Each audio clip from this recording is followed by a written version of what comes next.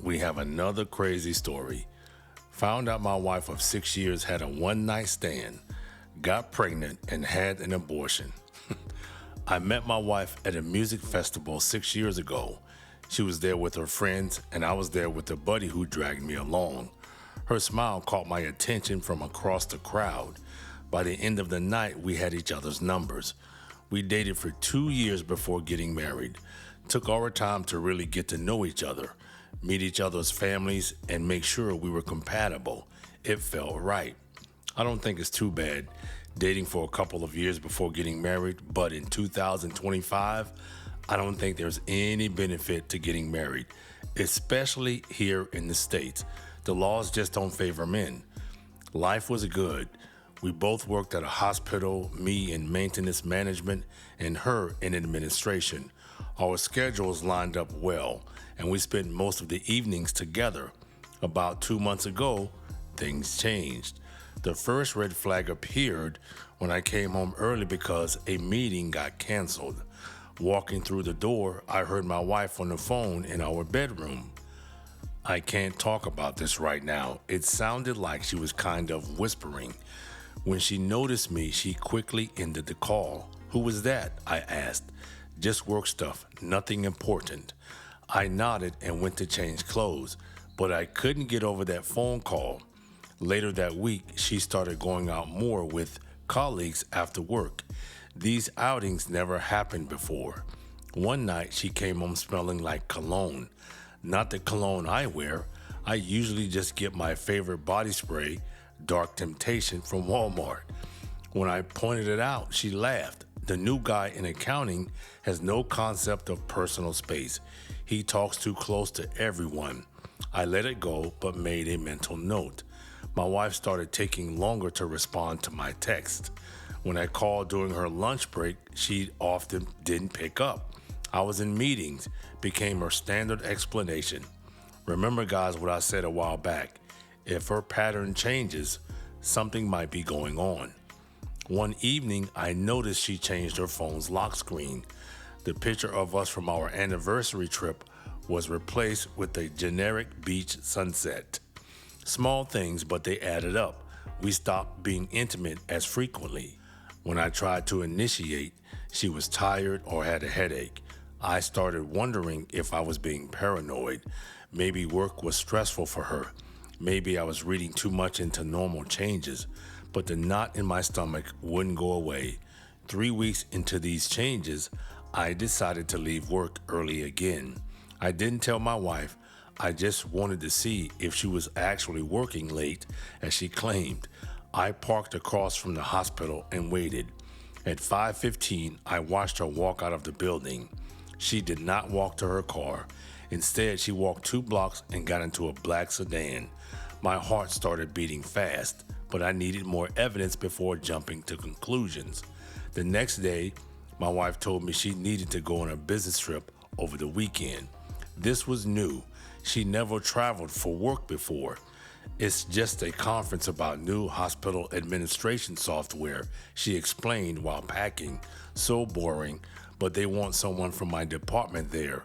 I nodded, pretending to believe her. After she left, I checked our credit card statement online. There were no hotel charges, no flight bookings. The pieces were coming together, and I didn't like the picture they formed. I spent that weekend gathering evidence. I needed to know the truth, even if it would hurt. I looked through our phone records online. There was one number that appeared repeatedly, dozens of calls and texts at crazy hours. I couldn't access the content of those messages, but the pattern was suspicious. Monday came and my wife returned from her conference looking relaxed and happy. She brought me a souvenir mug from a city 2 hours away. "How was the conference?" I asked. "So boring. Just presentations all day." That evening, I made the decision to hire a private investigator. It cost me $6,000, but I needed to know what was happening. Guys, even though private investigators are expensive, do you realize now that's almost considered the normal thing to do, hiring a private investigator? The PI started following my wife the next day. For the next week, I acted normal. We had dinner together, watched TV, and talked about our days.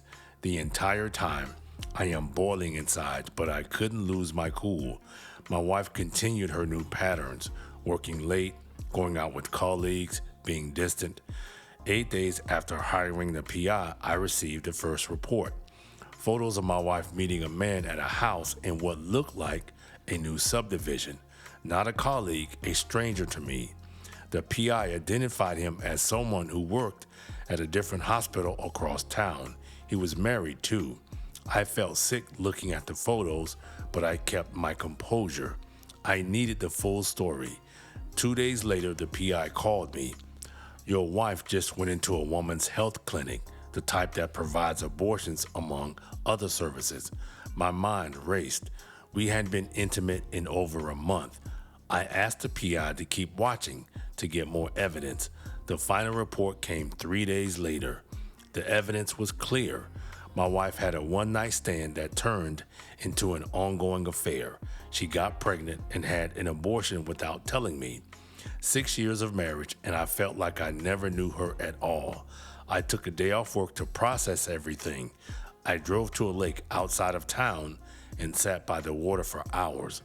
I thought about confronting her dramatically, throwing the evidence on the table, demanding explanations. But what would that accomplish? The trust was gone. I didn't want anything else to do with this bitch. I decided to be strategic instead. Before she knew I had discovered anything, I needed to protect myself. I called a lawyer and scheduled a consultation for the next day. That night at dinner, my wife mentioned she might need to go to another conference next month. I went to see the divorce lawyer the next day. I brought copies of all the evidence the PI had gathered. The lawyer reviewed everything carefully, his expression remaining neutral. You have more than enough for a divorce on grounds of infidelity, he explained. Given the circumstances, we should be able to protect your assets. We discussed strategy for the next hour. The lawyer advised setting up a separate bank account immediately and moving half our savings there. Don't clean out the accounts entirely. That could cause problems later, but protect yourself now. I followed his advice that afternoon, opening an account at a different bank and transferring funds. The lawyer also suggested I document everything, keep a log of my wife's absences, lies, and strange behavior. The more evidence we have, the stronger your position will be. I left the meeting with a clear plan and divorce papers ready to be filed. At home, I started documenting everything. Times she left, came home, excuses given, inconsistencies noticed. I also began subtly separating our lives. I changed my direct deposit to my new account. I'd made copies of important documents and stored them at a friend's house. My wife noticed nothing, too wrapped up in her secret life. 2 weeks after meeting with the lawyer, I filed for divorce. The papers wouldn't be served immediately. My lawyer suggested timing it strategically. During those weeks, I maintained the facade of this fake-ass marriage. Yeah, it sounds like he's mad. We ate dinner together, watched movies, discussed mundane things, but inside, I was already gone. The next day, my wife told me again she needed to go on a business trip over the weekend. She told me not to wait up for her. That night, I packed some of her things while she was out. Nothing she would notice immediately, just winter clothes from the back of the closet, old photo albums, books she never read. I stored these boxes in the garage, preparing for the inevitable separation. 3 days later, my lawyer called. Everything was ready. My wife would be served divorce papers the next day at her workplace. That evening, we had a normal dinner. She talked about office politics. I nodded at appropriate moments. After dinner, she got a call and stepped outside to take it. When she came back, she announced she needed to run out for a bit. Emergency at work, she explained. Shouldn't be too long. I knew it was a lie. All I said was, drive safe. My wife was served divorce papers at 9:15 the next morning. My lawyer confirmed it was done. I took the day off work and waited at home. I knew she would come back to confront me. She burst through the door at 10:30, papers clutched in her hand, face flushed with anger and shock.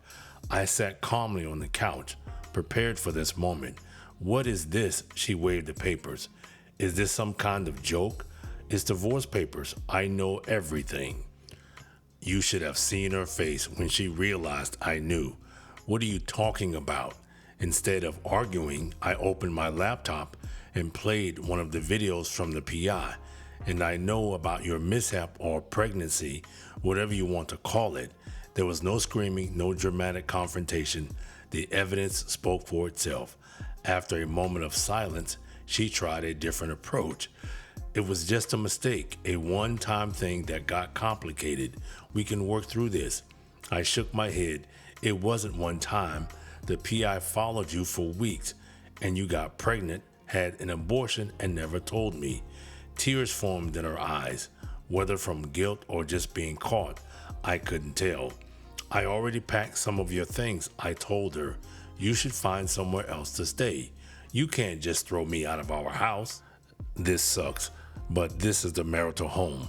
Regardless of who owns it, if your partner cheats, you can't just kick them out. I'm not leaving, and I don't think we should stay under the same roof now. She tried several more angles, tears, anger, promises to change, blame shifting. None of it moved me. Eventually, she went upstairs and packed a suitcase. I sat quietly, waiting. When she came down, she paused at the door. I never meant to hurt you. I didn't say anything. I just gave her a thumbs up. After she left, I changed the security code on our alarm system and called a locksmith to rekey the locks. In my opinion, he wasted money changing the locks because if she has nowhere to go, she can come back. But it looks like that's unlikely to happen in this story. At the divorce hearing, everything went smoothly. We were married less than 10 years, and in Texas, she wasn't really entitled to anything. In the end, we split our assets evenly.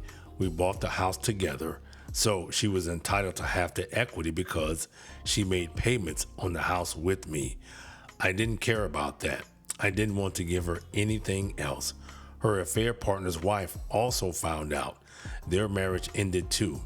It's been 8 months since the divorce was finalized. I moved to a smaller place closer to work. I started rebuilding my life. Sometimes people ask if I regret not trying to save the marriage. I don't. Trust, once broken that completely, can't be repaired. Some betrayals cut too deep. My ex-wife reached out once, asking to meet for closure. I declined. The pain has faded over time. Now it's more like a dull ache that occasionally flares up when something triggers a memory.